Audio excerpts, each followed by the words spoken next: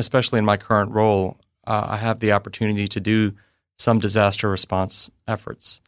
And so as I come across those situations, I can recognize the ingredients that you need, what you have to be able to think outside the box and think survival and think what people really need, because we sometimes get used to just being comfortable and having these things that we think are necessary. But really when you have all those stripped away, you really have to just think what is truly essential to survive and to allow your team to survive as well. Yeah. And even then in that question, you're thinking of others, right? So, but for yourself as well, tell me, how has that impacted you throughout life? Because so tell us how you finally got back home. So, on the last day, we were able to finally get all the patients evacuated. And then at that point, the military was able to bring in a double blade, I know I don't say this correctly, the Chinook, which is the helicopter, the big double-bladed helicopter. It's massive. And so they were able to bring in this helicopter to start transporting out the employees that were there. And so I remember they had to make a few trips, and the helicopter was so large that it couldn't even land fully all of its weight on the garage. So you had both blades just still whipping, where it's touched down, but all its weight isn't there, and you now have the employees that can load up on there to be finally evacuated. So you're almost having to jump into this helicopter, right? Exactly. Walking through the fumes, the engine's still whipping. So you're just having to walk through to get on board. And this is, all the patients have already been evacuated at this point, right? That's is just right. The team of people who were helping with the hurricane. You had a hand. That's right. You had a hand. A lot of employees were still there. I mean, they were probably still, I would guess 50 to 100 employees that were there. They were still there. They were still there because there was no way to get out. Wow. And it was still martial law at that point. Wow. So when you finally got into that helicopter and it takes off, what did you see? So, I was I was one of the last ones to get on. So I was by the hat store that was open. And one sight I remember seeing was a few days before we evacuated out. They flew in I don't know the name of the flag, but they flew in a specific flag that they unfolded and had hanging there at Tulane. So I remember seeing the United States flag as the helicopter started picking up. And then as it got higher, I remember seeing the surrounding areas and the amount of destruction and the smoldering smoke and all the broken windows that was around there. And it was surreal, because at that point I realized how much damage actually occurred, because all I knew was what was happening inside that building. Right. And all I was focused on was that. So I really got a picture of what was going on all around us. And you had a bird's eye view of the whole city in a way, right? That's right. And this, keep in mind, New Orleans is below sea level. So the tombs, cemeteries, tell us about that. So as we flew, and they eventually took us to the international airport there, I remember seeing just the tops of some of the taller above ground cemeteries. And in New Orleans, you don't have cemeteries where all the coffins are buried underneath the ground. They are all above ground for this exact reason. If there's a flood and you have wooden tomb or wooden coffins underneath the ground, they would just exude them.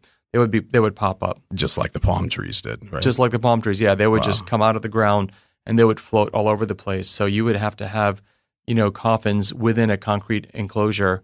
And then sometimes you'll have the crosses or the tombstones tall up. Mm-hmm. And some of them were tall enough where you can see just crosses above the water. Wow. And even then some of the, actual caskets had come apart and, were floating as well, right? That's correct. Yeah. Some of them were still made it out of their holding area. Mm-hmm. So I saw that. I saw the interstates, all flooded. I saw boats kind of parked on the side of the interstate. I would still see people in need of help too. Mm. As we were evacuating patients all around us, you would see people in buildings that couldn't be helped. And so I still saw that as I was flying out. And it was, I felt torn for sure. It's hard. Yeah. I mean, definitely that's where things like survivor's guilt comes in, right? Did you ever experience anything like that? I've never heard that term, but it makes total sense to me. Absolutely. Mm-hmm. Absolutely. Yeah. because I was leaving a situation that other people weren't fortunate enough to leave. Right. And I didn't know when they would get help. So it's like mixed feelings. You're kind of happy and that you made it, right? You're thankful, grateful, but then at the same time, you're kind of flying out and you see other people who haven't had that privilege in a way, right? Absolutely. And so it kind of creates this conflict, and that's where that survivor's guilt kind of comes from. So was there ever any debriefing about this situation, or was there ever anything like that as part of being on that team, right? To tell me what kind of steps were taken to help you kind of debrief that from that. So as far as material resources, I felt, my company did a great job, HCA. Just real quickly, they brought us from that Chinook to the airport, bused us to Alexandria, and I had no idea what we were doing. Mm-hmm. But we finally get to that hospital, and then they told us at that point, you'll shelter here. And they gave us, clothing, material, scrubs to kind of almost decontaminate ourselves. Mm-hmm. But after that, after we finally got situated and were put into a shelter, are you kind of asking more like having the opportunity to tell our story or to maybe check in? Right. So it sounds like they did a really good job physically keeping you safe. That's right. But I guess I'm asking more of how were you kept safe mentally? I believe they may have given us an 800 number to call if we needed something, but it was more of, if you need help, call here. What, with like a suicide hotline or something like that, you mean? It was a help hotline, if I remember correctly. So it's like maybe therapy or counseling, some kind of... Potentially. If they have a need, they can help triage it. Okay. But there were so many people in need, I would imagine it would be hard for them to give a lot of attention to one person. Definitely. But you had mentioned that, but you had kind of sought your own individual counseling at one point, right? I did. Yeah. Eventually, I left New Orleans, came to Dallas, and then I was just recognizing, as these anniversaries would come around, it was difficult. Mm-hmm. The first year I couldn't even sleep with the ceiling fan on because I remember the helicopters always flying back and forth. So to sleep with that spinning fan, it was hard for me. That was a trigger. It was, yes, yeah. Mm. What other kinds of triggers have you noticed over the years? The fire alarms. I would remember seeing the blinking light when the flood water was rising.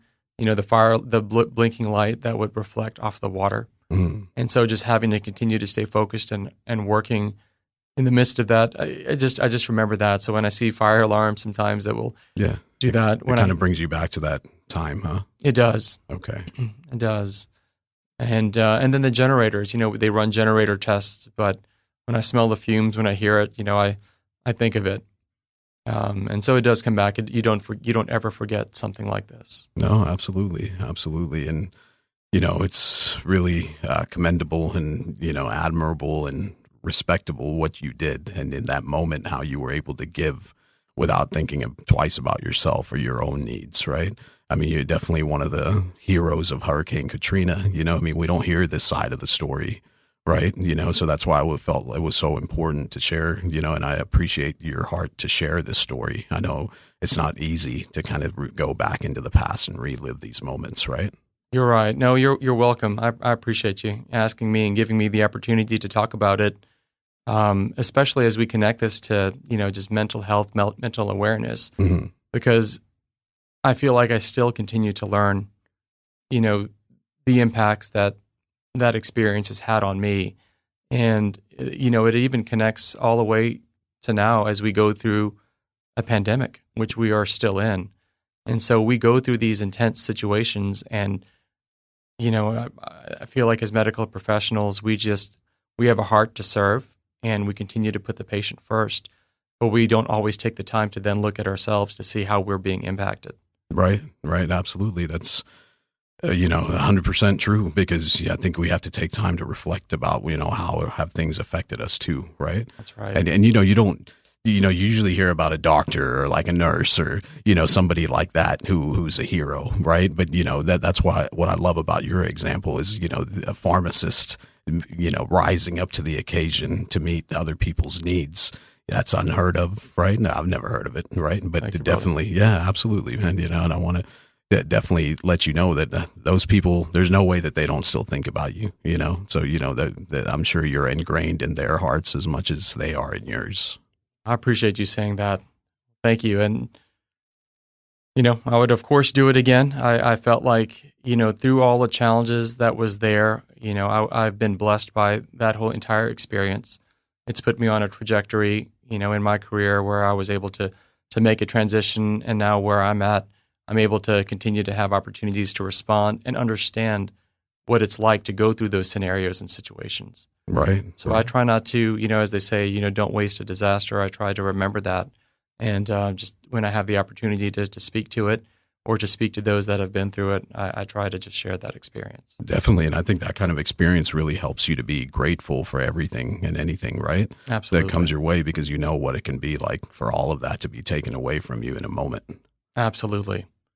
And, as I was thinking about us having this conversation, Gopin, I think about just all the healthcare providers that are in this moment right now that are tirelessly, serving for this pandemic. And it's like getting hit by a hurricane over and over again because they go through the intensity of it, knowing there's a light at the end of the tunnel that, this is a surge, this is a peak. It will get better. And then it does. They endure, it does. And then the next peak comes. Mm-hmm. And then they go through it again. And then the next peak comes. And now we're in a moment, as we talk on this exact date, that we don't exactly know what the future looks like. We don't know if we'll continue to see waves. But, there will be a point where everyone will need to take a moment to really debrief, as you mentioned, and to take the time to really evaluate how they're doing. Exactly. And, that's what I would love to see at some point, facilities, hospitals, organizations taking charge and implementing mental wellness or mental health into the company and its employees, investing that, right? Because, these kind of moments that happen, and you're right, the pandemic especially, that's the most recent one, even though we're talking about Hurricane Katrina, which was 16 years ago, and the role you played in that, we're in this pandemic still, and what kind of things are being done by, these organizations to help promote that mental wellness, right? So, I think that's something we have to think about because, physically we're always, when it comes to the body, we have to save this person, right? But, the brain is definitely it's the CPU or the central processing unit of our entire body. So we have to make sure that it's also taken care of, but there's no way to do that unless these things are discussed. So, decreasing the stigma related to mental illness and promoting it is going to be crucial in the next several years, or else we're going to be looking at people who are suffering even more, right, from the pandemic. That's so true. And, as we talk about this out loud, Gopin, I'm even thinking now what we're seeing in the hospitals, in all the professions, medical professions, people are leaving. Staffing shortages are getting worse. So we are, as we're talking about it, seeing the effects likely of just mental health, mental awareness, and really just trying to keep things in a balance so that people can continue doing what they need to do. Exactly. Yeah. And that's why I feel like your story is so important today too, right? Even it's so relatable. And once again, I just want to thank you so much, Dr. Thoppil, for coming in today and sharing your story.